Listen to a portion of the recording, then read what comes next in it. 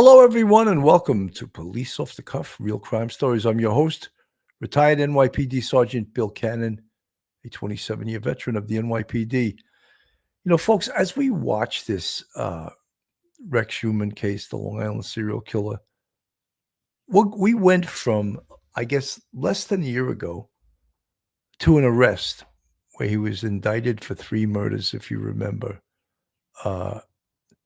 And then a 4th was added shortly thereafter, I believe, of Maureen Brainerd Barnes. And now we're up to 6. And it's sort of just unbelievable, the evidence and the work that this Gilgo Beach task force has put together. And I'm baffled also and just amazed at the science of mitochondrial DNA and the science of as a wow type thing, you know, because just recently in recovering this Word document off of a digital device that Rex Heuermann had kept a planning document on. And from that planning document, the evidence and the direction it gave the detectives in this task force in order to uncover more super important evidence against this, as Rodney Harrison said, the former Suffolk County Police Commissioner, this demon. And when you read that 37-page bail application document, there is no doubt that demon is what Rex Heuermann is. And we learn from this document that he was a meticulous planner, and he documented things and studied the books of FBI experts, serial killer experts, and he used something that we in law enforcement call countermeasures in order to prevent himself from getting caught. All of those things were in preparation he did before he chose a victim. Things like reconning the location. That's a military term, reconnaissance, right? What was he reconning the location for? Video cameras, for 1. Escape routes, for 2. Suitability of the location to do what he was about to do. And that was specifically the meet locations for the escorts. Was there video there? Was it too light?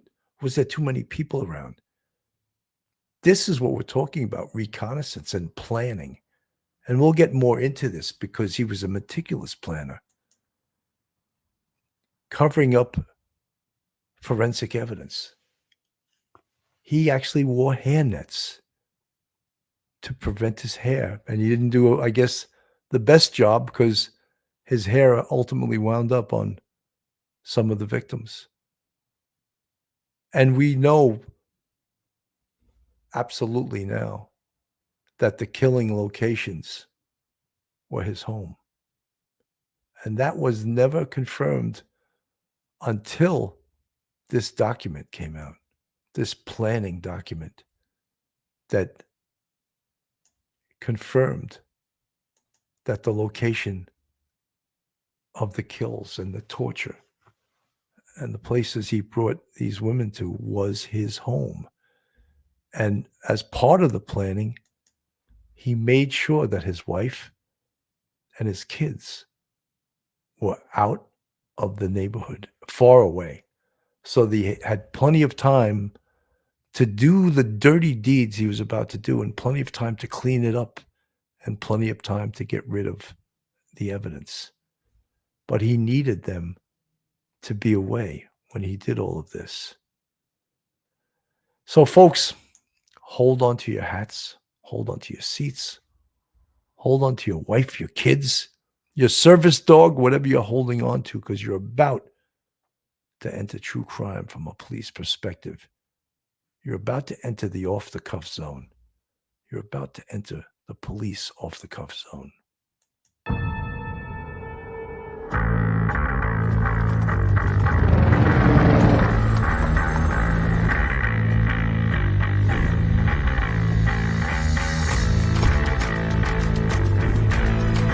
There has to be some common sense. Yes, sir. They have the car stopped at 10th and Ranch Michael Byler. We still don't know who pulled the trigger.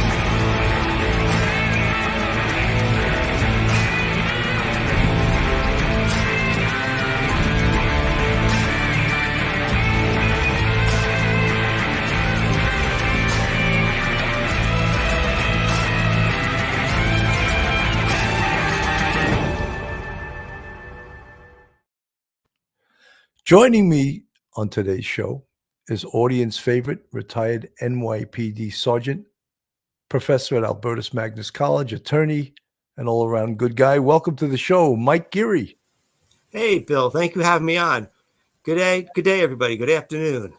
It's a pleasure to have you on, and I think everyone is looking forward to this show today. You know, as everyone wants to predict things that happen, that before they do happen. And this case, of course, is no exception.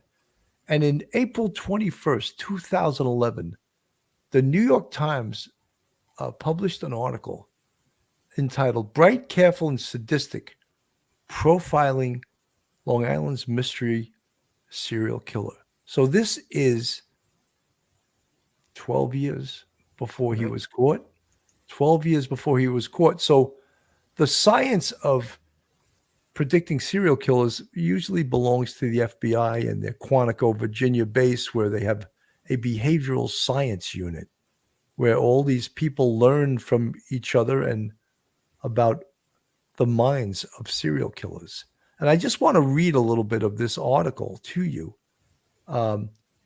He is most likely a white male in his mid-20s to mid-40s. So let's realize that this was 12 years ago. So Rex Heuermann would have been 49, something like that. 49. So he was a little older than they had predicted, but that's, you can't be perfect. He is married or has a girlfriend. He is well-educated and well-spoken. He is financially secure, has a job, and owns an expensive car or truck. He may have sought treatment at a hospital for poison ivy infection. As part of his job or interest, he has access to or a stockpile of burlap sacks.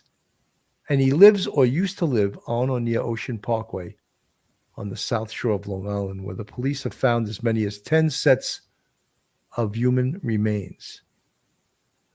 In interviews with serial killer experts and criminologists, including former FBI profiler, a portrait emerges of the man who investigators on Long Island believe is responsible for several of the bodies they have discovered in the brush off Ocean Parkway since December. For the moment, he is known in law enforcement jargon only as unsub or unknown subject. No arrests have been made and no suspects have been identified by the Suffolk County Police Department, which is leading the investigation. Profiling serial murders is far from a precise science. There are nearly 3 million people on Long Island, and the man who killed at least 4 prostitutes who advertised for clients on Craigslist is perhaps but one. And the experts interviewed are sketching out a possible suspect based only on details of the case that have been publicly revealed, like the burlap sacks that the 4 women's bodies were found in, and the series of taunting phone calls that the killer is believed to have made to one victim's relatives. Pretty damn accurate, right, Mike? Billy, it's eerily accurate. The fact that they can get the statistically, I guess they look at the average age, the race, the intellectual capabilities, the educational achievements, the social standing, the being married with a girlfriend, that sort of thing. It provides emotional stability, provides a person maybe with a little bit of cover.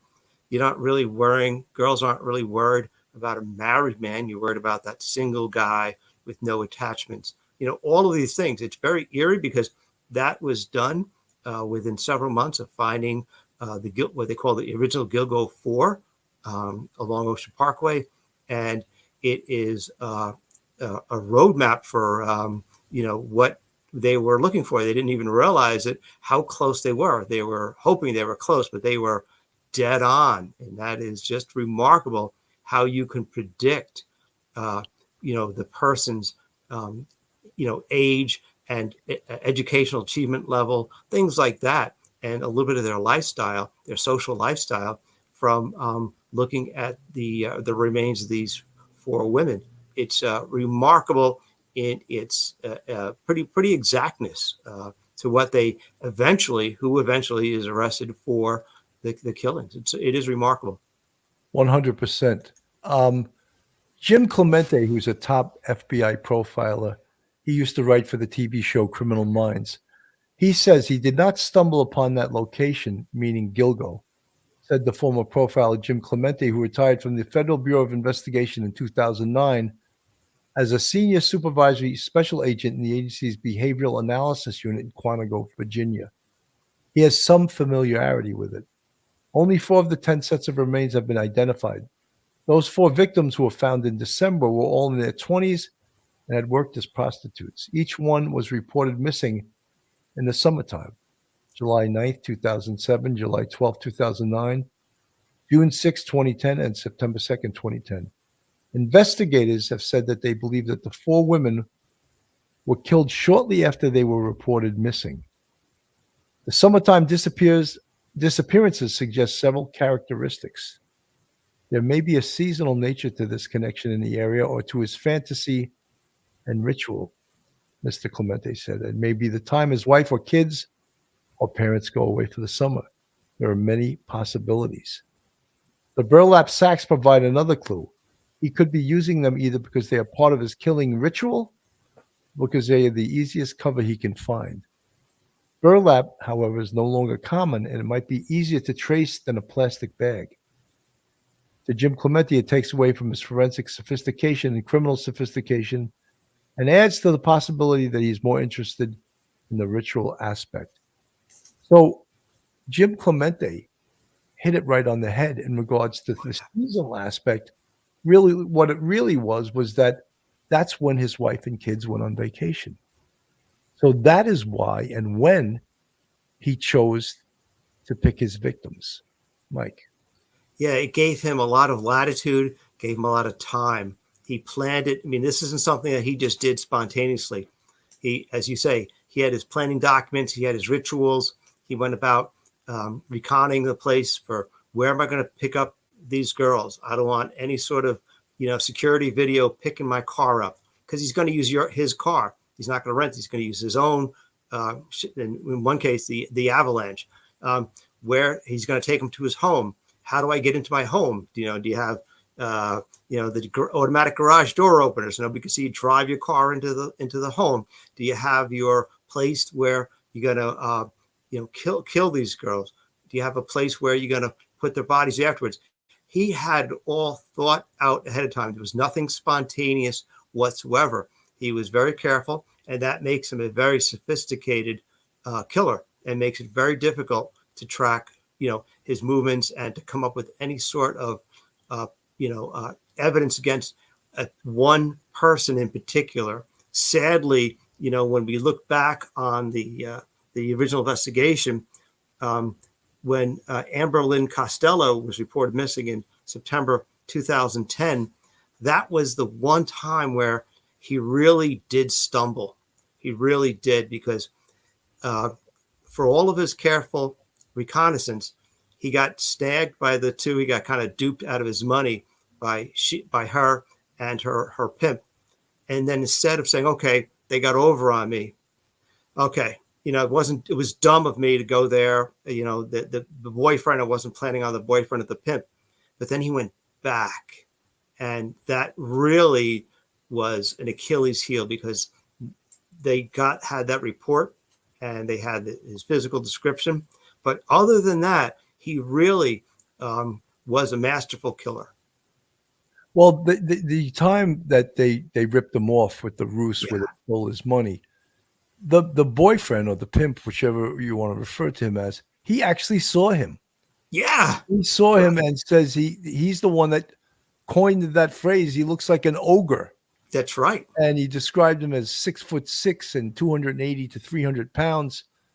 And they had that description and they had that vehicle description. Right. And that ultimately was what broke the case wide open once Mhm. they established the Gilgo Beach Task Force. It took them 2 Right. months to identify that car. And as soon as they identified the car, they identified Rex Heuermann.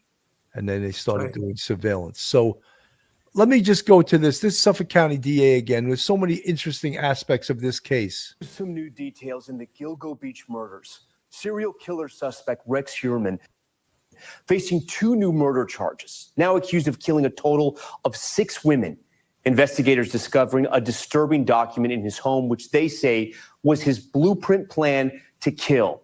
Could he be linked to additional murders? In just moments, we speak with the district attorney leading that case.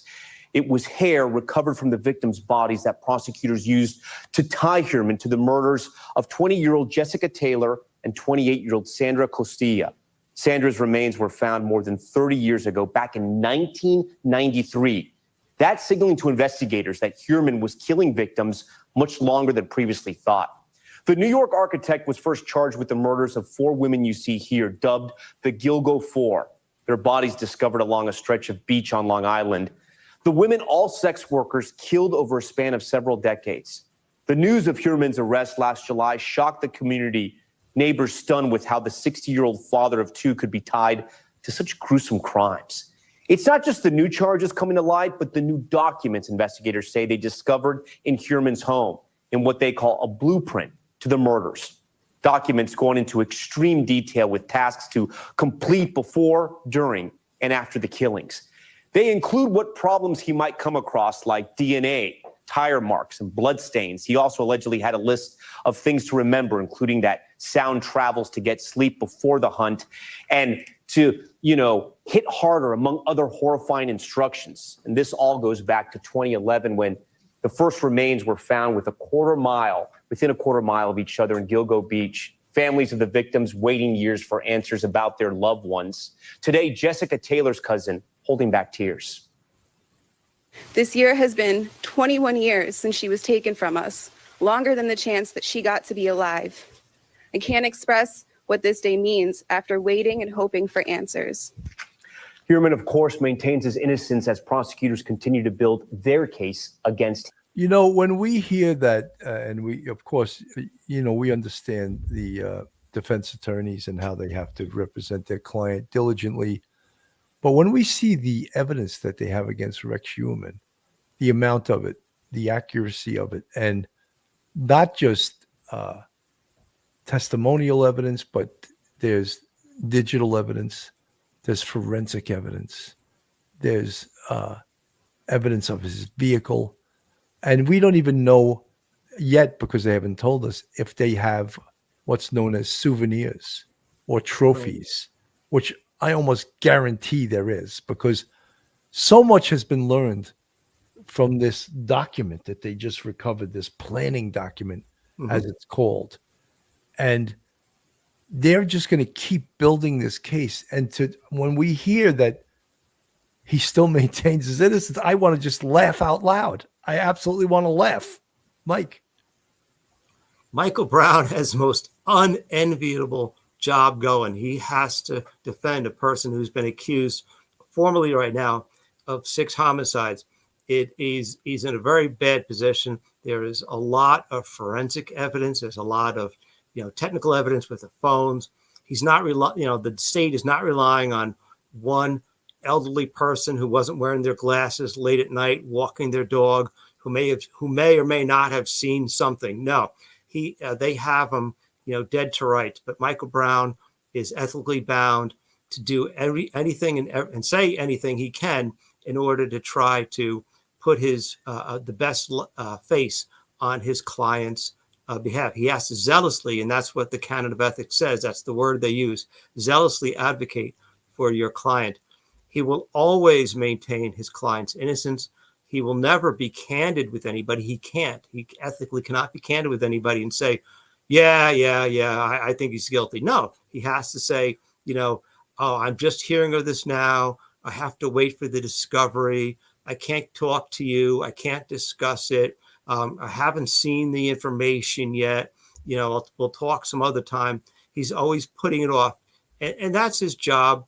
So he has a part to play. He has to ensure that everyone is entitled to a fair trial, and he's trying to ensure that Rex will get a fair trial. When, we don't know, but he has a very difficult job. He's doing the best he can. The evidence is overwhelming, but he's doing the best he can. Mr. Meaner from the chat. Did law enforcement have Heuermann's DNA from crime cubes before the pizza crust?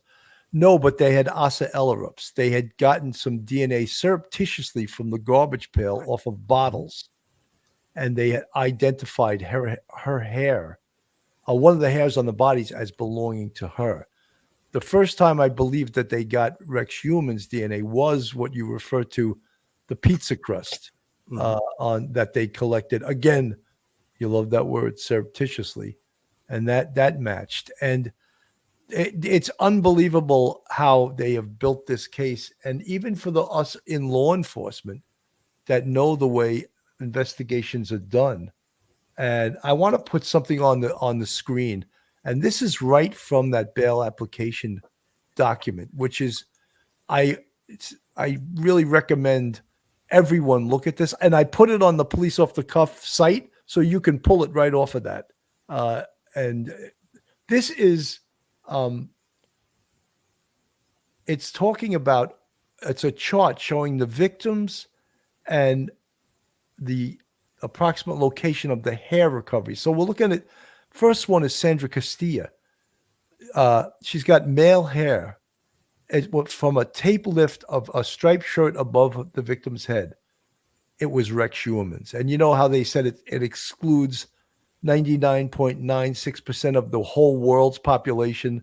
That's how they refer to this. And it's 4.347 times 10 to the 332nd power times more likely to come from the individual with the identical genetic profile as Rex Heuermann.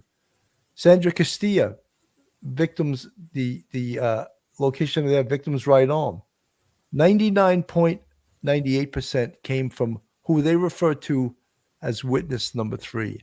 And that potentially was Rex Heuermann's first wife. And the law enforcement hasn't said that. They're trying to conceal her identity because she obviously doesn't want to be referred to by name. So her hair was found on Sandra Castilla, her as well as Rex's. And you got to remember, that was from 1993. Jessica Taylor, male hair underneath, on surgical drape underneath the victim. It comes back to Rex Heuermann. I'm not going to give you all those stats again. Maureen Brainerd Barnes, female hair on Barnes.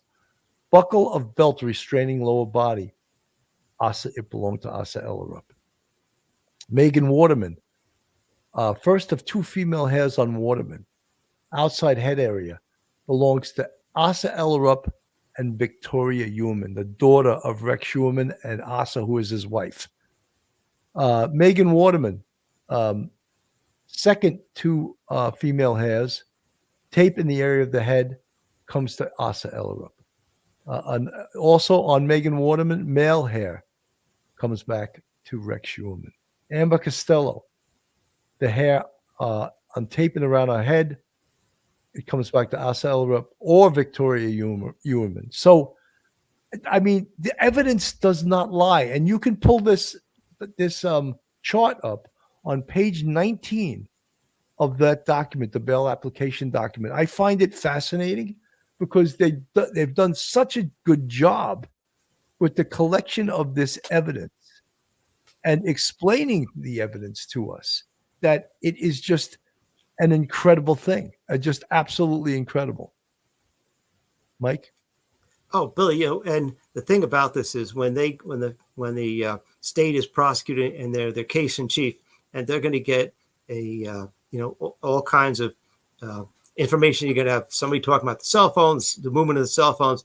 If you get a witness up there that can explain, just as you did, what this all means, it makes it easy for the jury to understand, and it makes it easier for them to see the connection.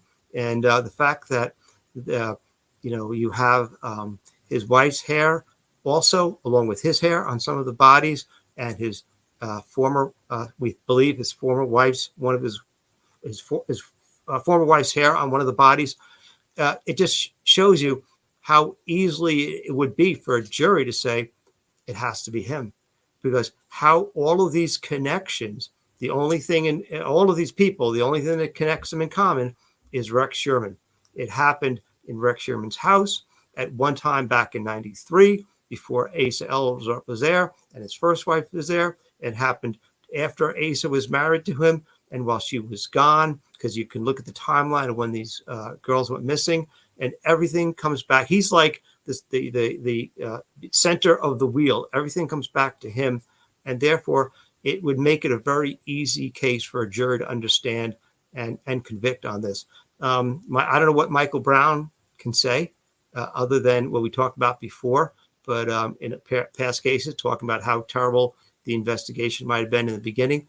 But he really cannot sit there and claim that the technology, the cell phone technology, is not there, the results aren't there, or the DNA technology is faulted, or the results aren't there. He can't touch that at all. That is so well documented, so well done. It's an excellent document, and everybody who's interested in true crime and this case could seek it out, download it, and read it. It's eye-opening. Flowering Plum B from the chat. I don't know how Rex could have killed Shannan unless he was in the area at the time she ran away from her driver. However, Shannan was in a way the key to finding the remains of these other women. 100%. I just want to say that I think it would have been impossible for Rex Heuermann to have killed Shannan Gilbert. First of all, it's so outside his MO because he wouldn't be around other people like that. Serial killers like Rex Heuermann are loners, right? There was numerous people involved here. And we heard the tape, and I'm not going to cover during this show, cover the Shannan Gilbert case. And the reality is right now, according to the Suffolk County Medical Examiner, who is the determiner of this case, Shannan Gilbert, it's not ruled a homicide. So, yes, that case was the catalyst that led the police to find the bodies on Gilgo. That absolutely was. But right now, the Shannan Gilbert case, unless something changes, it's not ruled a homicide. Mike. Yeah, Billy, it was just pure dumb luck. And I hate to use the word luck in a way that when Shannan Gilbert went missing, and they began the search, they didn't find her for like at least 8-9 months or something like that. It was a while. I think it was about a year. A year. Okay. Yeah. Right. But in that year, and they started looking and they did searches in different areas. Luckily, they found the original Gilgo 4, and that really was an amazing event. So the connection there is the fact that in looking for one girl who went missing and ran off into the brush, that they found in a totally different area, they found the 4 bodies. Where she went running off into the brush, the really tall weeds and stuff like that. It's not right nearby where the 4 bodies were, and it doesn't look like she was dumped there or wrapped up or anything at all. So you're right; it does not seem to connect whatsoever. Mike, I just want to address this. Ghost. Shannan Gilbert was not found in the Gilgo area. She was 6 miles from Gilgo. But her case and the fact that it brought attention to the Gilgo cases made the police search the Gilgo area and put more attention on this case. So that is true. But no, she was not found. And she was found about a year after the bodies at Gilgo were found. So that's right. That's incorrect. She was not found in Gilgo. But look, a lot of things in this whole case muddy up the waters. And we've said it a million times. Chief James Burke muddies up the waters. Easy for people to could say this was a conspiracy. Burke was involved. And look, the lawyers, I guarantee you, Michael Brown's going to use that. He's definitely going to use that. And John Ray, attorney John Ray, he's bringing people forth that, the ones that he brought forth in regards to claiming that Rex Heuermann and Asa Ellerup were swingers, that whole story. I find that story incredible. I don't find it believable at all. Yet he's staying with that story. And I saw the main witness to that. To me, she's not credible at all. Mike. Yeah, Billy, stories are nothing but tales until they can be verified. And the information that was given from that person who signed an affidavit at Mr. Ray's office, Mr. Ray brought that to the Gilgo task force a couple of years ago. They've had plenty of time to vet all the information. If they could have vetted that and got that and actually were able to corroborate, then you have evidence. But right now, all you have is a story.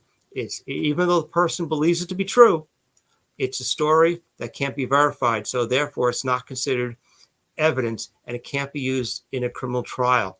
That's just the way it goes right now. And as you say, unless something changes, unless there's something else that could tie in with what this witness may have said, it's not believable. And that's not the kind of information you want to use in a criminal trial that's unvetted, unsupported, to try and convict someone of a criminal act. You can't do that. And so therefore, it's a tale. It's not evidence. Right, exactly. From the chat, okay, Miss Girl, do you think they will be able to prove that he called and taunted the one? Yes, they have the phone. They actually have the phone and the call. So that may be one of the trophies he kept. I think, and I don't have the information in front. It may have been Megan Waterman's phone. And she called the sister and taunted her and told them what he did to his sister. And it was with her phone.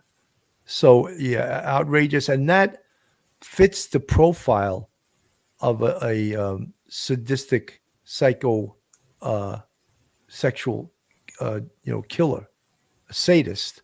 And that's what Rex Heuermann was and is, a psychosexual killer. Folks, this is Police Off the Cuff Real Crime Stories. If you like real crime, true crime from a police perspective, you're in the right location. If you're not subscribed, go on YouTube, hit that subscribe button, give us a thumbs up, ring the bell, hit the like button, share us with your friends and your family. And if you want to support us financially, we have a Patreon with 4 different levels, and we also have a YouTube channel memberships that's growing by leaps and bounds with 5 different levels. And we appreciate all of our friends and our YouTube family members here who support this channel. I want to go back to this video here. Tim. And because of all this, the top prosecutor in Suffolk County, District Attorney Ray Tierney, joins us now in studio live here on Top Story tonight. Mr. District Attorney, we appreciate you being here on such a big day for your office. First of all, talk to us about the revelation that he may have been killing women longer than you originally thought. Yeah, as we discussed today, that's not a surprise to us. I think it's been publicly disclosed, but now you have proof, yes, right? And as the evidence and as the investigation unfolded, it became apparent to us that his activities went as far back as 1993. We want to focus now on what you guys are calling the planning document, right? Because this is what's been so troubling, so sickening to so many people out there. Heuermann's own, quote, homework, as you called it, on serial murder. I want to put up on the screen for our viewers something so they can see part of this note. We don't want to put too much of it because it's graphic. This is something he allegedly wrote. Things to remember. Sound travels, right? Get sleep before the hunt. Too tired creates problems. Hit harder. Too many hits to take down. Consider a hit to the face or neck next time for a takedown. Talk to me. That is like really disturbing. Like he's planning, he's talking to himself and reminding himself what to do. As a piece of evidence, this is like, it's so powerful. It's such a powerful piece. And the first thing that Michael Brown said the other day, and I almost laughed out loud, was like, how do we know it was his? Yeah, someone planted a document on his computer in the house of a serial killer. It's like, it's actually laughable to say that. He's got to say something, and maybe under the pressure of the moment, that's the best he can do. I guess so. Tell me about the moment when your investigators God, I was going to go back to this. found this document. So we had seized a lot of evidence. We were going through it. Much of it was encrypted. So we were going through it. There's a lot of false leads, a lot of dead ends. And, when we found this document, we knew right away that it was a significant document. We have more from the document we want to show, right? Because some of this stuff is just, you can't believe he spelled this out, right? I mean, again, you guys describe it as a blueprint. This is post-event. So these theoretically after the murders: destroy files, change tires, burn gloves, dispose of pics, have story set. I mean, it's almost a Cliff Notes for murder, right? When you guys found this and you discovered this, and there's a lot of misspellings, we should say. Why do you think there are things misspelled there? That kind of stood out to me. It was so strange. I think probably because the defendant is not as intelligent as he perceives himself to be. An architect in Manhattan? Yes. Tell us more. This is new to us. No, I think he's, I think he has, I think that, he perceives himself a certain way. Yeah. And, his obsession, first and foremost, is this preoccupation with luring and hunting women and murdering them. Were you guys, or have you guys yet been able to match things in that document to things he actually did to the victims? Certainly. And again, these are allegations. We need to prove them. But with regard to Jessica Taylor, she was decapitated and her hands were removed. And the planning document specifically talks about that to hinder identification. Can you talk to us more about sort of the discovery of the document? I know you guys went back, I don't know if it was a second or a third time, but recently you were back in the house. That's when this was uncovered? No, we recovered it in our initial search warrant back in July of last year.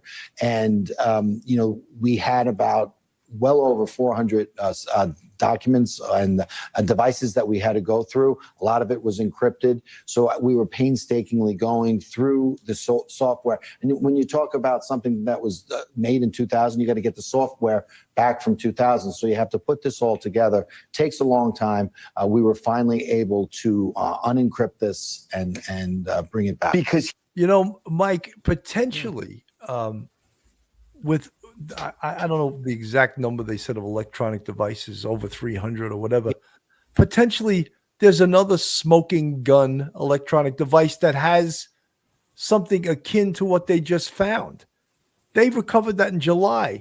Did they just get into it recently with the encryption? Because as I said, this guy documented everything and planned everything. And I mean, is it normal for someone to have over 300 electronic devices?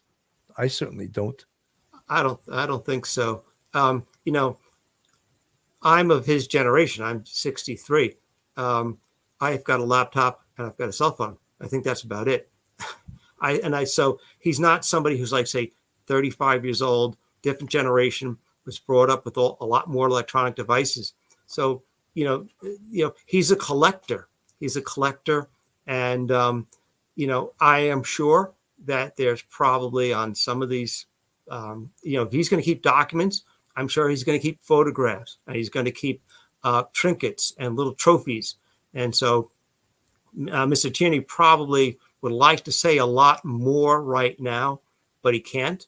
But I would be shocked if there wasn't all kinds of, and I hate to say it, but all kinds of graphic images, video, things like that of what he did before, during, and after. And it would something that I would think that would follow right along on some phones and some sort of cameras, because he kept everything. And as he was a collector, and that's his downfall, because we talked about this before the show. They got stuff out of his home. They got stuff out of his storage. I think he had 1 or 2 storage facilities that he was renting, where he could put, figuring it was safe.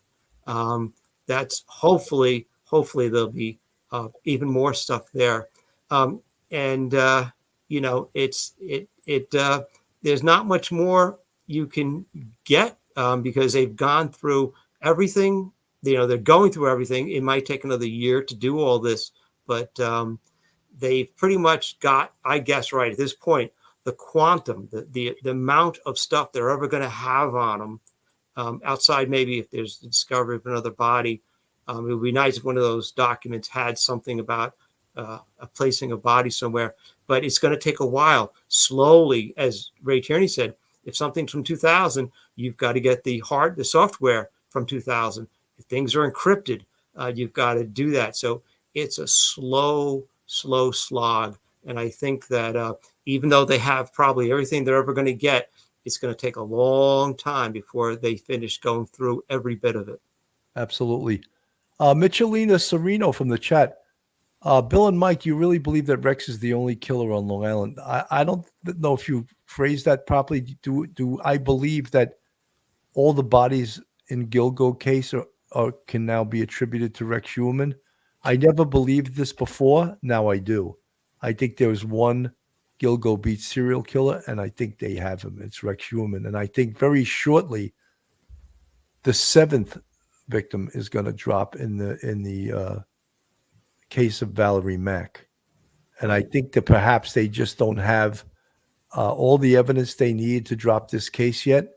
But I think that Valerie Mack will be the seventh victim that they're going to drop a case on there. And that's I think that's inevitable, and I think it's going to happen very soon. The whole, the Shannan Gilbert case, as I said, it's not listed as part of this Gilgo case because it's not ruled as a homicide. And that is the determination of the Suffolk County medical examiner. And he has done his work and he has spoken. So unless there's some other evidence that they come across that could reopen that case is closed right now. And I know everyone in the chat, yeah, that case does look real shady. It does. But when you can't figure out exactly what happened, it goes to the scientists. It goes to the pathologist. And the pathologist ruled that he could not make a determination on manner. Manner was undetermined. And the cause of death, he couldn't determine that. They didn't find that body, I think, for over a year or more, I think. Yeah. Perhaps 13 months. So he could not make a determination. And then, I don't want to get into make this show about that case, because that case you could talk about that for hours and argue from both sides of the field, And I hope that they do find out what happened to Shannan Gilbert, because many people are not satisfied that she drowned in the marsh there. And that's the position of the Suffolk County Police. And many people are not believing that. Mike? Yeah, Billy, because the fact that her disappearance set off a search for her. And although they didn't find her for quite a while, they did find the original Gilgo 4 bodies along Ocean Parkway. And so people want to see an actual criminal connection between all 5 of those poor victims. But, the Shannan Gilbert case, we've gone over it back and forth many times. And we believe that she was a tragic, death, that it wasn't a murder. But even if it was somehow a murder, that so far they couldn't conclude that, it doesn't mean that it was Rex Heuermann who killed her. That does not fit his MO whatsoever. We believed every victim that he killed them in his home, and he was very careful and he's very meticulous. I don't think that he was involved in any way, shape, or form with her disappearance whatsoever. People might wish, but we have, as law enforcement officers and attorneys and detectives, homicide detectives, we have to go on what we believe based on evidence that we have. We just cannot make conclusions that we wish were, but we have to go on what we see. 100%. Let me go back to the tape here. He thought he had deleted things in some of these devices that you guys were able to recover. Sure. This particular document was found in unallocated space, which means it had been deleted and it believed to have been, gone forever. But forensic experts can retrieve that. I'm going to put up a book for our viewers so they can see this. It's another thing that was referenced inside the document, right? Page numbers from the book about the FBI's Mindhunter, okay? It's a used copy of the book you guys apparently found as well. What do you think he gained from studying the police methods and the FBI's methods of sort of tracking serial killers? Well, we allege, in the planning document, there's specific page numbers and passages of the Mindhunter, which was written by an FBI serial killer hunter. And, we maintain and allege that this defendant was looking at that book not to gain insight, but to help him to better hone his craft as a hunter of women. Is it fair to say a book like that that's out there in the public could help him? He certainly used it as such because what he was trying to do was he wasn't trying to use it to gain insight into, his motivations. He was trying to use it to gain insight into the methods by which law enforcement investigates and prosecutes. There was so much information on that blueprint that you guys found. Were you surprised that he would be as careless as that when he's done all these other things, number one? And number two, have you ever seen something like this from a serial killer where they lay out the plan and how they do things? Is this a manifesto, if you will? Is this something that's common? Well, I think he thought that he had destroyed it. He didn't. But I think it speaks to the obsessiveness and this is occupying all his time. So he's constantly sort of meticulously going through things, planning things, replanning things. So that's why a document like this was created. Isn't that something like what a architect does in his profession? He plans things and writes things down and is very meticulous like that. Did his profession as an architect carry over into his profession as a serial killer? And that's why perhaps he kept a document like this. And this document specifically was what we would call in law enforcement as countermeasures. He learned how law enforcement works, how they collect evidence, and he attempted to countermeasure what they did by being very careful and using all of these different tools, drop cloths, hair nets, putting things under the bodies, and also we believe, and I think it's pretty evident now, I don't think there's anyone that doesn't believe, that the murders were done inside his home, in the basement of his home. And that's where the murder and all the other things took place. And then he would wrap the bodies and transport them so as not to leave trace evidence. However, he still did leave trace evidence in the way of hair, which it was really some of the most powerful evidence in this case so far. And I'm sure there's more evidence. Mike, I just want to answer someone in the chat. Lou Lemoracco, Bill, no one is talking about the guns. There's something there connected to South Carolina gun running, perhaps. Lou, I would think that they, as painstaking as it is, they had to do a analysis probably on every single one of those guns and see if perhaps, through serial numbers, and see if they were perhaps connected to any crimes. But we know that Rex Heuermann wasn't shooting his victims. So unless they were used in some other crimes or used in some other states or something we don't know about, I don't know the scope of the investigation they actually conducted on the firearms. Mike, do you?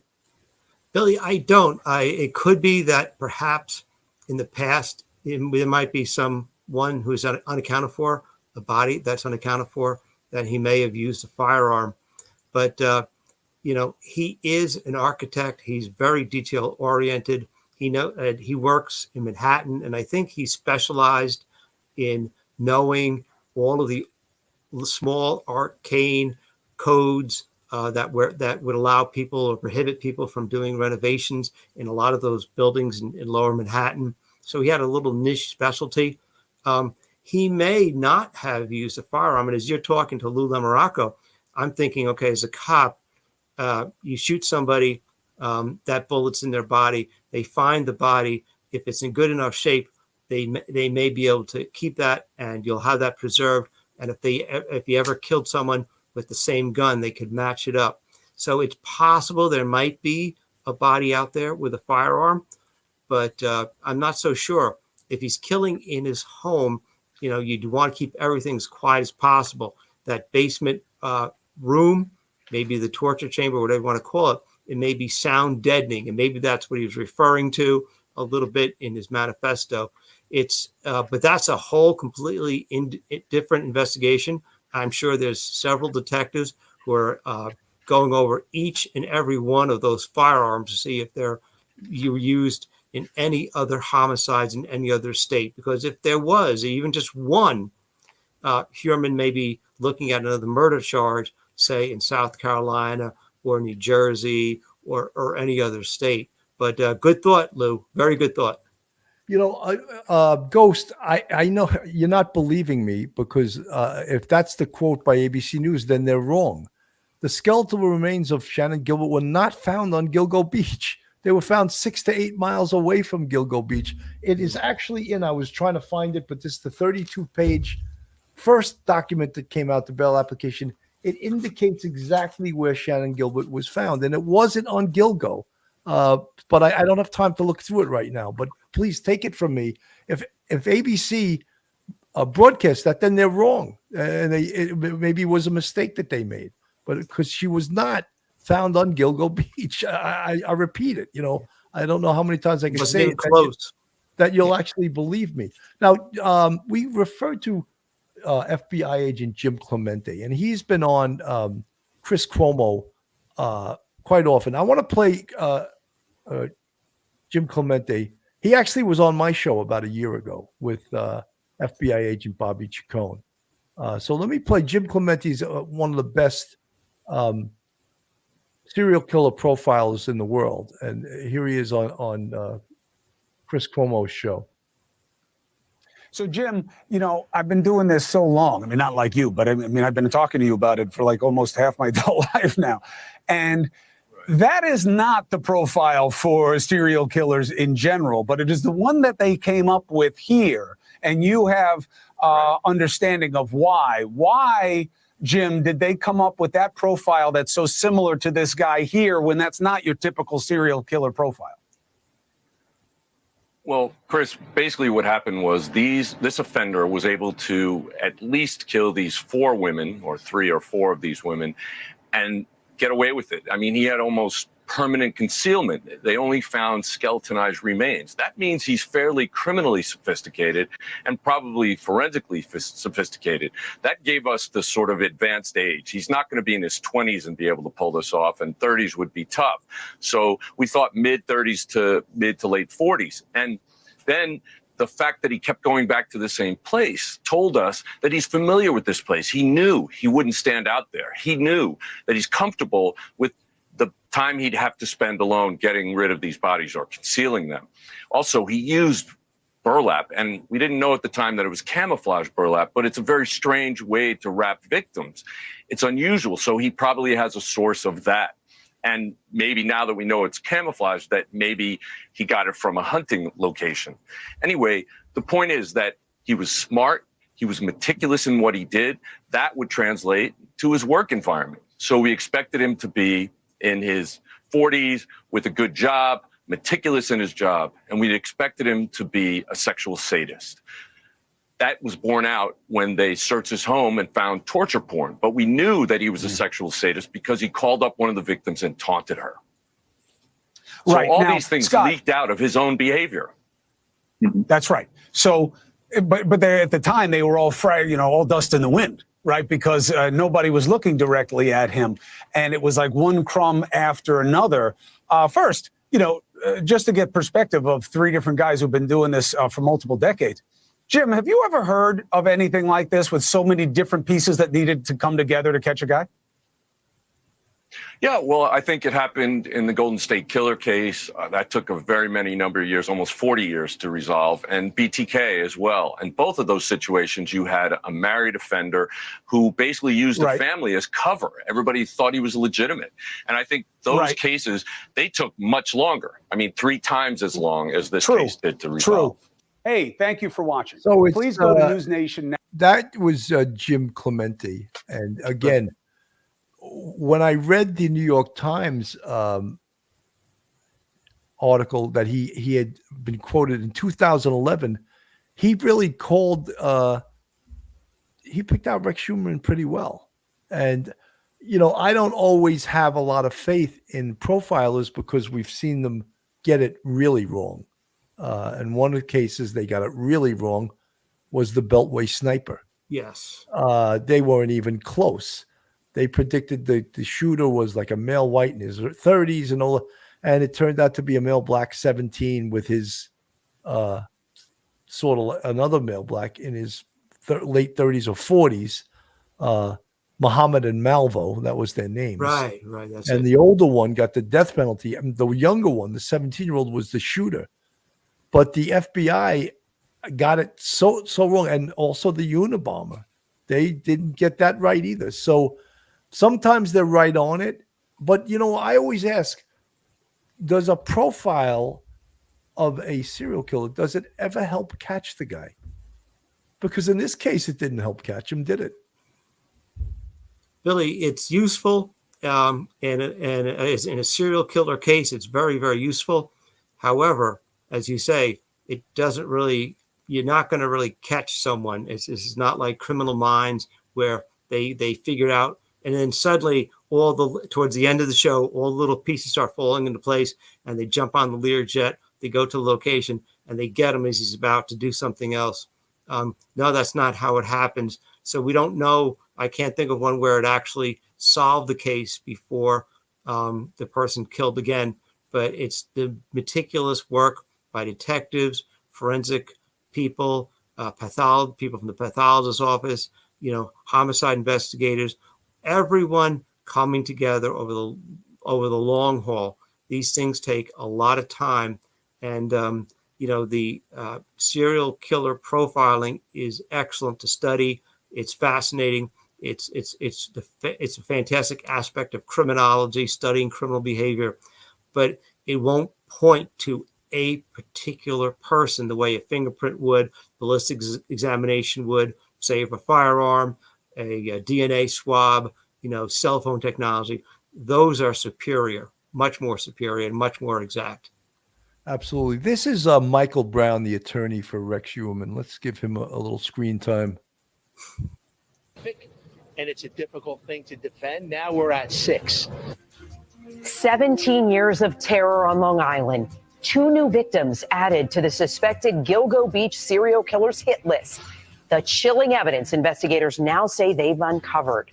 That is where we begin tonight at 6 o'clock. I'm Natalie Pascarella. And I'm Chuck Scarborough. Disturbing and shocking new twist to the Gilgo Beach murders. The 60-year-old New York architect, already accused of killing 4 women, is now accused of killing 2 more.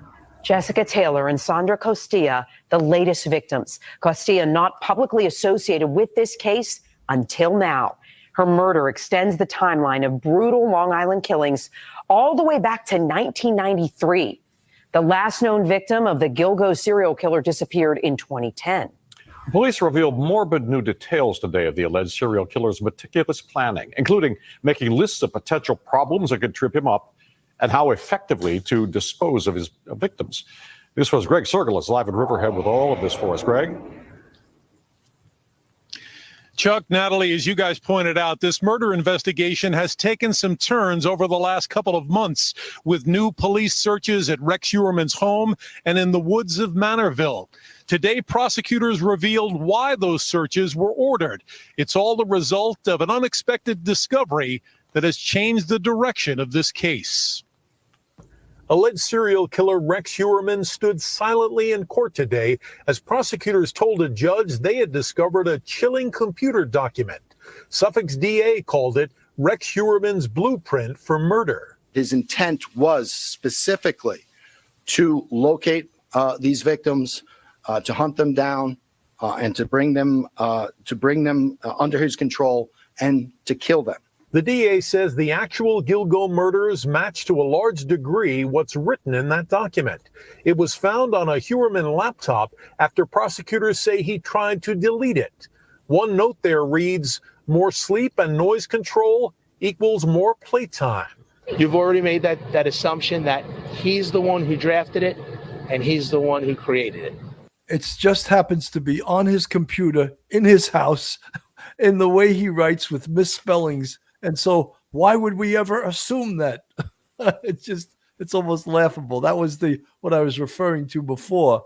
Yes, yes, someone planted this in a serial killer's house on his computer. It's absolutely And then ridiculous. deleted it and then recovered it. That's right. Absolutely ridiculous. I don't know that. Heuermann's lawyer must now defend his client against 6 murder charges, the so-called Gilgo 4, and 2 other women identified in court today. Jessica, my darling daughter, you will never be forgotten. Lawyer Gloria Allred read a statement written by the mother of Jessica Taylor. Today, Rex Heuermann was charged with Taylor's 2003 murder and the 1993 murder of Sandra Costilla, a woman not previously linked to the Gilgo case. Prosecutors say strands of hair found with the bodies of each new victim have been tied to Heuermann through multiple DNA tests. I can't express what this day means after waiting and hoping for answers. Suffolk's DA said again today Rex Heuermann acted alone, and he confirmed that items taken from Heuermann's home last month are now being tested to determine if the murders were carried out there while Heuermann's family was away. The investigation continues. The investigation has been expanded both to the bodies that were found on Gilgo and beyond. The DA also said today that Rex Heuermann is now a suspect in the murder of another Gilgo victim, Valerie Mack.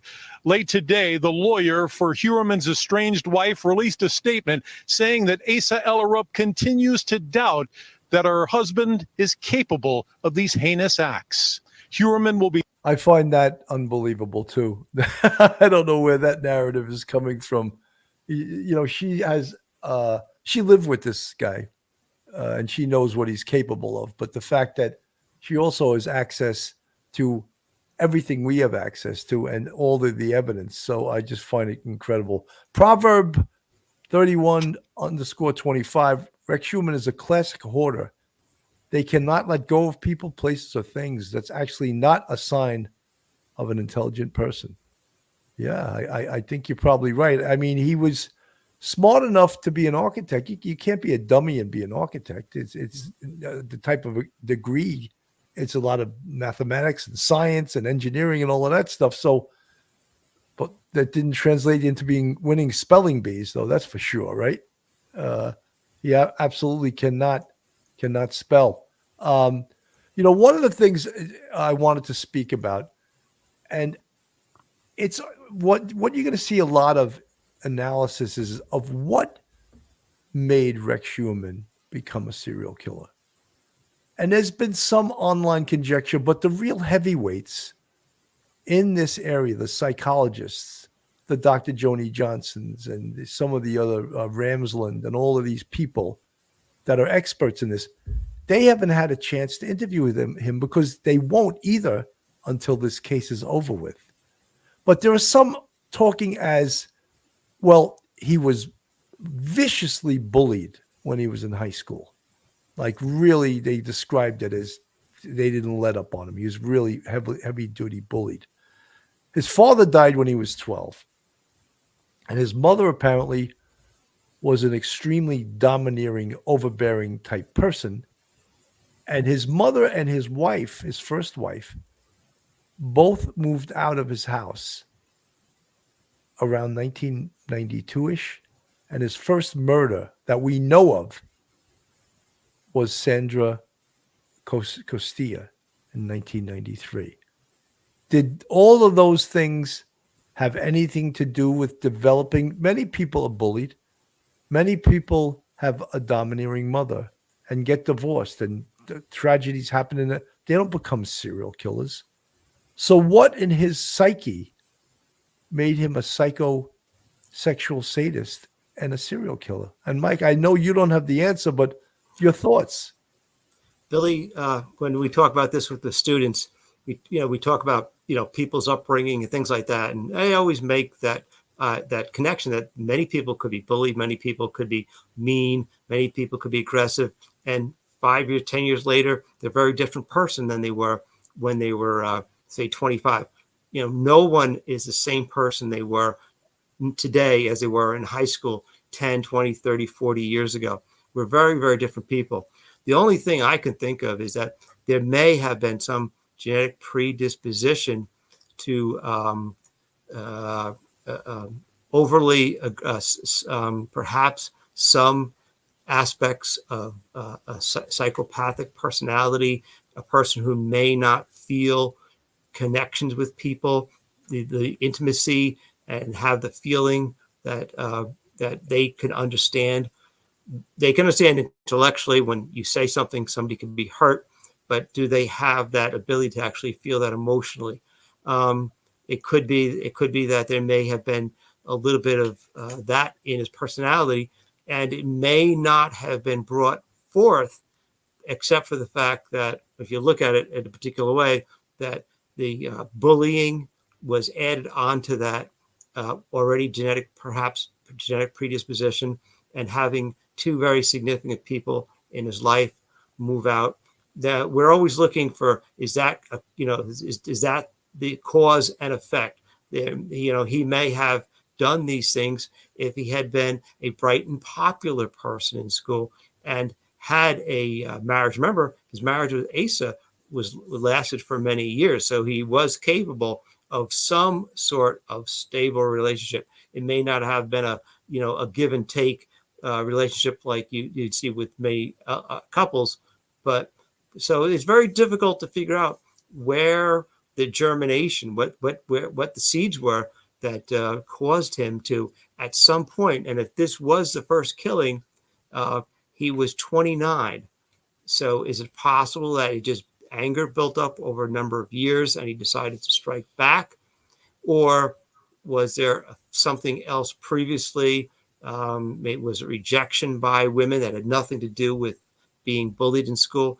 We don't know. And as you say, it's all real conjecture until after this is over and he's then able to be free to talk and make a name for himself and have his name in textbooks and things like that. That won't happen for quite a while. Right now, it's all conjecture. It could be a number of things that we think. It could be things that we haven't even thought of yet. We don't know. Absolutely. Proverbs 31_25 from the chat. Just because he's an architect doesn't mean he's intelligent. He didn't see the bigger picture nor care about consequences. Inflated ego. He's a hoarder. That speaks volumes. Sloppy and disorganized. But Proverb 31_25, you're right. He is a hoarder, but isn't his wife also a hoarder then? If she allows the house to look the way it did, or them to just collect things and never throw anything out, is it just the one person? There were 3 other people living in that house, Asa and her daughter and the son. So weren't they all part of that birds of a feather philosophy, or was it just him? Jericho Jet, if he was so cautious, why leave the belt with initials behind? Good question. He made some mistakes. Mm-hmm. Sometimes these guys also do certain things on purpose, leave like little clues. They're almost like taunting the police. But when Proverbs 31:25 talked about him being disorganized, torturing bodies and dismembering bodies is a sign of a disorganized personality. And all serial killer experts will tell you that. Miss Believing from the chat, the lawyer has his work cut out for him. Would you say so? Yeah, I think so. Upside ahead from the chat, Nina C. The current theory is that his first wife and then his mother left him alone right before the first known murder of Sandra Castilla. Yeah, that's what I just spoke about. Until they say they have a victim's phone from Rex's house, I won't believe that. I believe they do have the victim's phone because he used the phone to call and taunt a relative of one of the victims. So I believe they're not like announcing every piece of evidence they have. Because let's face it, the first time they were there for 12 days. The second time they were there for 6 days. So you have 18 days of processing a crime scene. That's a lot of hours, Candy collecting memorabilia to later sell after the fall. No, I don't think anyone's going to sell this memorabilia. Katerina Frodlova. Professor Mike, do you think he wrote down the victims' names? I'm sure that he did somewhere. I'm sure that he would have something to identify them. Perhaps it's a driver's license. I would think he would want something to have a list. He loves lists. He loves lists of things to prepare beforehand, reconnaissance afterwards. I think he's a list guy, so I would think he would have a list of everyone, the date, the time. I think he would. I think he's that meticulous, stupidly in some ways. I think he would. I think he would. And the big question is, has Rex Heuermann committed more murders that he hasn't been charged with yet? Filer Jim Clementi investigated this case back in 2011. Good to see you, handsome. Once again, you can echo this. This became part of the mythology of this part of the country, and now they seem to be solving these. What's your read on this attachment of another body and this big search and what it could mean going forward? Well, Chris, as you know, during the initial search, there was literally thousands of sources of forensic evidence from that home and from the beach and from the woods. So I think they're constantly thoroughly going through that. And when they get a match or when they get an indication that there may be more evidence, that's why they did the search warrant at the house again. Jim, help me be fair about this. When you dig up a house the first time, like the way they did, then you go and dig it up again a second time. Is that unusual? What triggers that? Well, it is unusual, but it could very well be that some of the forensic evidence that the medical examiner found, for example, it could be knife marks, it could be the marks from tool marks that were used to dismember these bodies. Sorry for being so graphic, but basically they could be going back to look for the tools that were used to make those marks. They can match them one to one. Does it make sense to you as a profiler that Heuermann could be connected to Jessica Taylor and Valerie Mack, dismembered, both of them, bodies found in parts in different places? Both were sex workers like the Gilgo 4, even though the other bodies weren't necessarily seen to have been dismembered. Does this make sense to a profiler? Yeah, well, dismemberment sometimes can be part of the MO and signature, but it could also be a practical move. In other words, at that point, he may not have been able to transport the whole body or to the place where he wanted to. In other words, he may have gone to a secondary location, let's say in the woods, but didn't want, knowing that people also often get found in the woods, didn't want them to be identifiable. So then later, when he had the opportunity, he took those body parts to the other location where they were a little bit better concealed. Now, you guys are very lucky at home that we got Jim Clementi on tonight, not just because he's good looking, but he knows the history of this case. And there's a very weird twist in this case that we told you about early on. But one of the reasons that there were no answers early on is that when the FBI wanted to get involved in this case and really take it on, the then police chief didn't want them involved. And the suggestion was because he thought they were looking at him. And he had some little dirty deeds of his own, allegedly, that he didn't want to come up. Now, Rex Heuermann's lawyer is saying, I'll tell you who killed Jessica and the other one, the chief and he's saying to the FBI, let's look at him again. Do you think that's a ruse? Well, I mean, obviously it is. I think, defense attorneys will do whatever they can to muddy the waters. But he's saying that the chief's antics may have let the real killer get away years ago. In fact, maybe that's true. But the real killer is Rex Heuermann. And all the evidence points to that, allegedly, at this point. He hasn't been convicted yet. But all the evidence points to that. And for the defense attorney to try to reach that far, it really says that he realizes the case against Rex is pretty strong. Do you believe there will be more bodies connected to this man?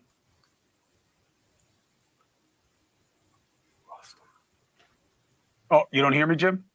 Boy, it's a great cliffhanger. All right. I hear you now. I'll see you next time. Sorry. Oh, you hear me now? Do you think they're going to connect All more right, bodies take to him? care. Yes. Absolutely. Absolutely. Wow. All right. Thank you very much. The Appreciate ritualistic behavior sticks to all of them. Thank you. So that was Jim Clemente, who's one of the top profilers. I want to answer or just read the question from Nicole LeBlanc in the chat. How do we know he only ever killed in his home? Well, we know that he killed in his home. We don't know that's the only place he killed. I can't say that. But based on the evidence they have specifically from the recent document, which they call the planning document, and based on the fact that every time one of these escorts went missing, his wife and his children were out of town for a substantial amount of time. So he had the privacy to have no one else in the home, and he could do his dirty deeds. He even indicated that in his planning document. How do we know he didn't bring Shannan Gilbert to his home and torture? Well, because that night of the 911 call, she went missing that night. If Rex Heuermann was there was several people. There were lots of people there. There was the limousine driver. There was the John who initially hired her. She had knocked on the doors of 3 other houses. So a lot of people saw, and of course we have the 911 tape also. So I don't think, and I know a lot of people want to believe that Shannan Gilbert was murdered. And if she was, and I'll leave that possibility open, it was not Rex Heuermann. There's no way he could have been there, because these people would have said, "Oh, this big ogre, 6'6" guy was on our property," and they would have saw him. And also, the nature of a serial killer is that they work alone. They don't want to be seen, and this would be totally against his modus operandi. Mike. Yeah, Billy. Once 2 people know about something, it's no longer secret.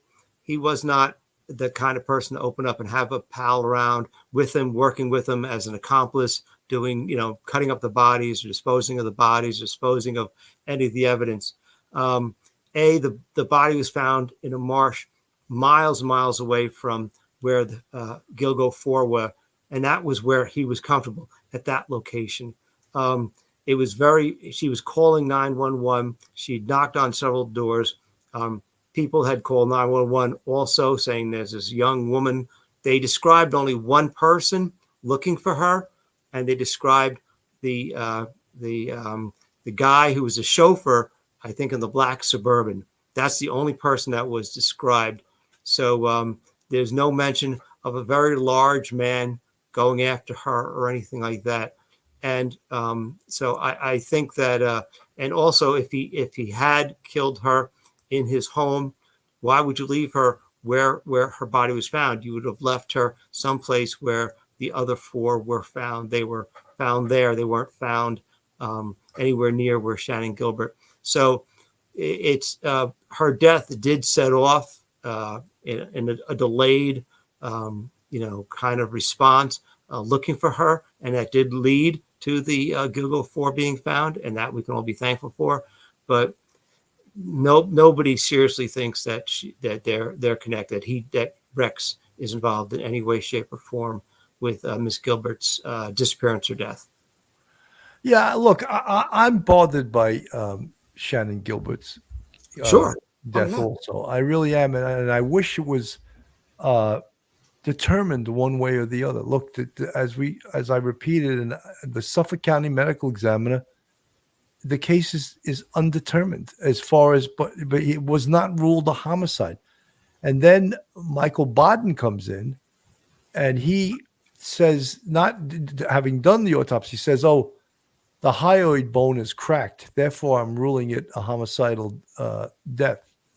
I mean, I don't think he had enough information. There's other ways that the hyoid bone could have become cracked. Also, with a body that's out in the marsh for 12 or 13 months.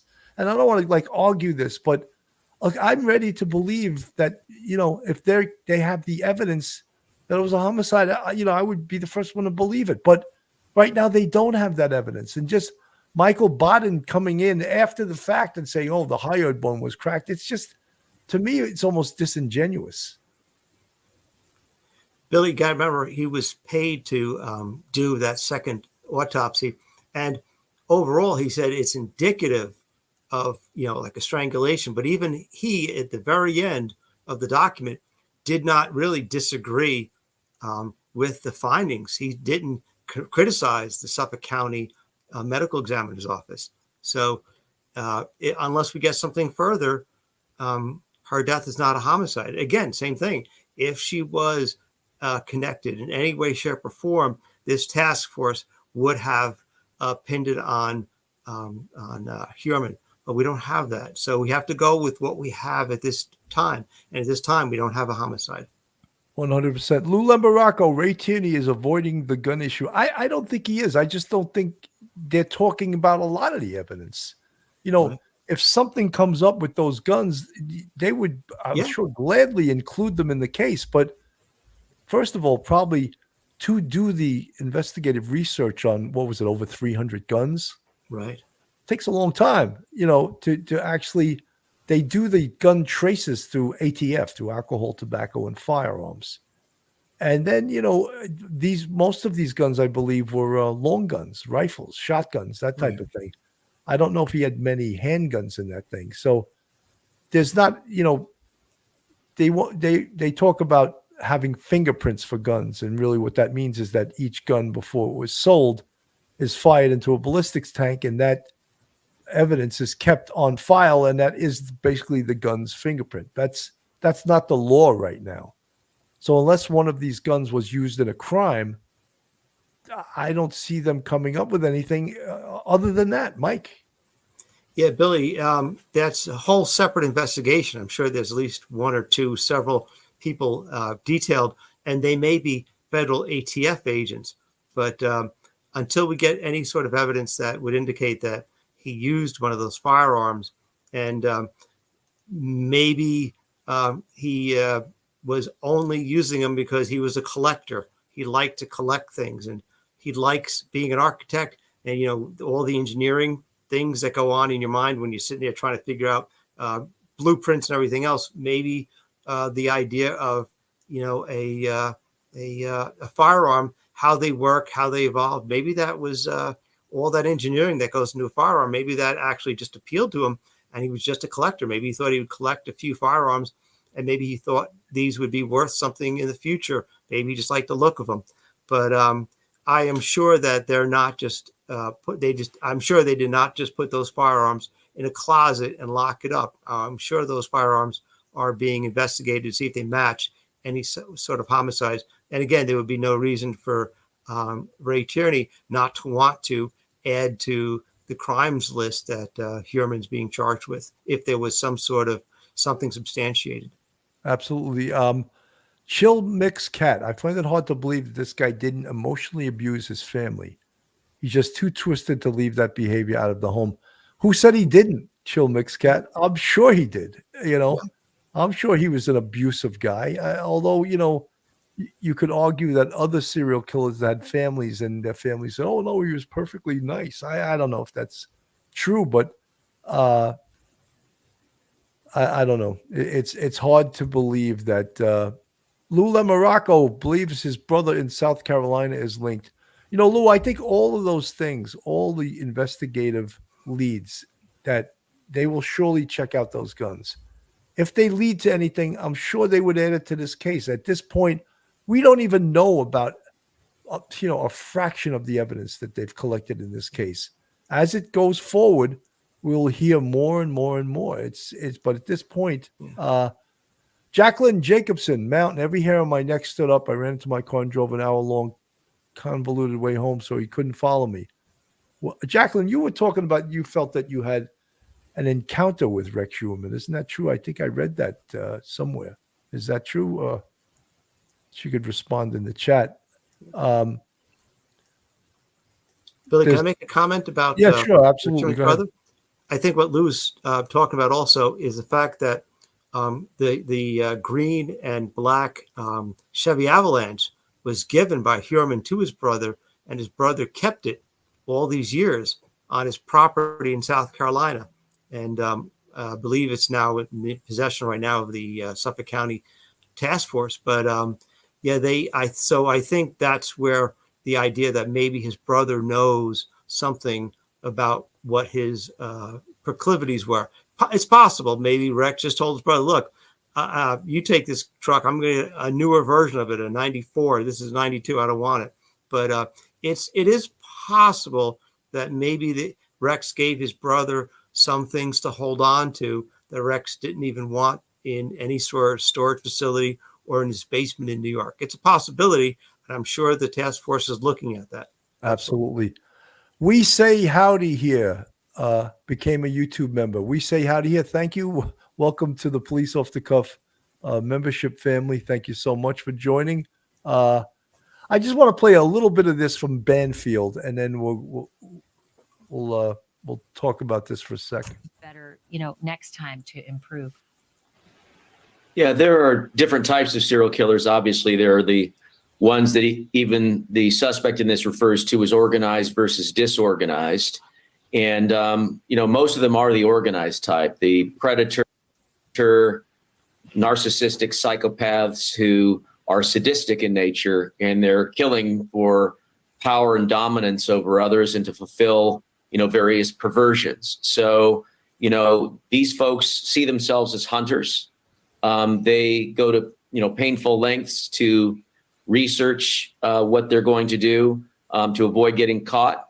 So the idea of having journals, operational plans, research, all that is part of the rush that they get.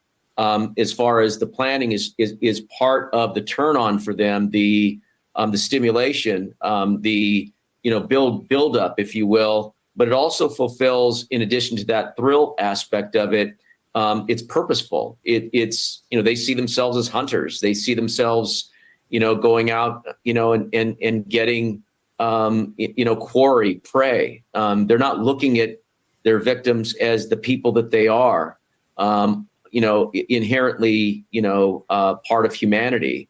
But they see themselves as entitled to take life, and to do so with efficiency, and to avoid getting caught. So this is all pretty typical stuff that you would be looking for with a suspect like this. It's not surprising. I've seen plenty of these kinds of, kill and, rape planning lists before, and invariably an arrogant guy like this alleged suspect, they think they're so smart, yet it's their sense of, I'm so smart, I'm going to beat you guys by playing all these things, researching all this stuff that is the superiority complex, right? It always comes back to bite them. The superiority complex. They all think they're smarter. Mm-hmm. Yeah. Yep, they do. It's their undoing. Speaking of the details, yeah, they undo themselves with their own ego.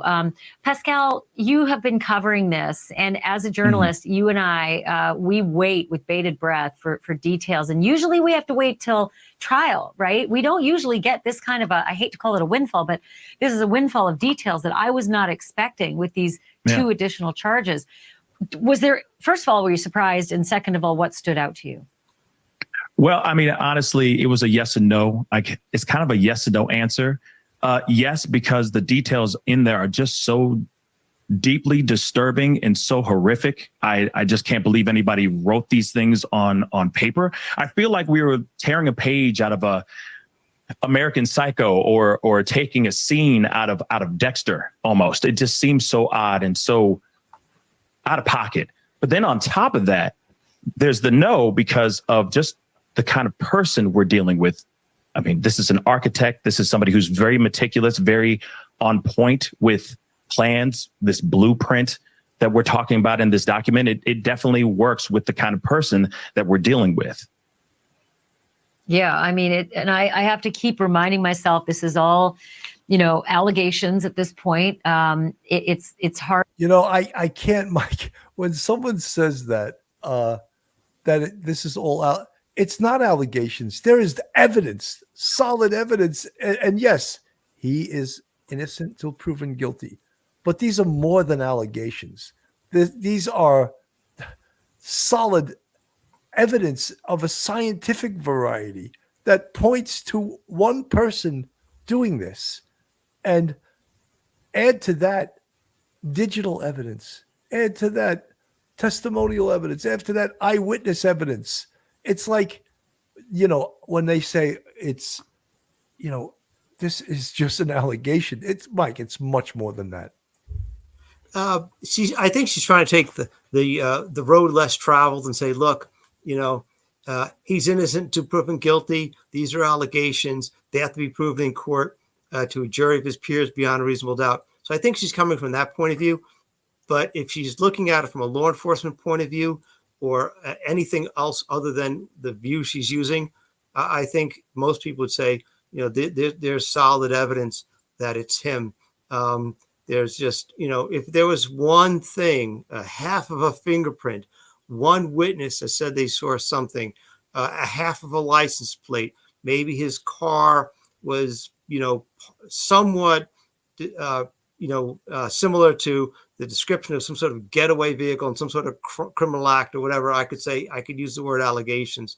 But when it comes to this, between the DNA, between the cell phone data, between the Chevy Avalanche and all the stuff that they've gotten from the home, I think it's more than allegations. Yes, they are allegations, and yes, they do have to be proven, but it's pretty hard to come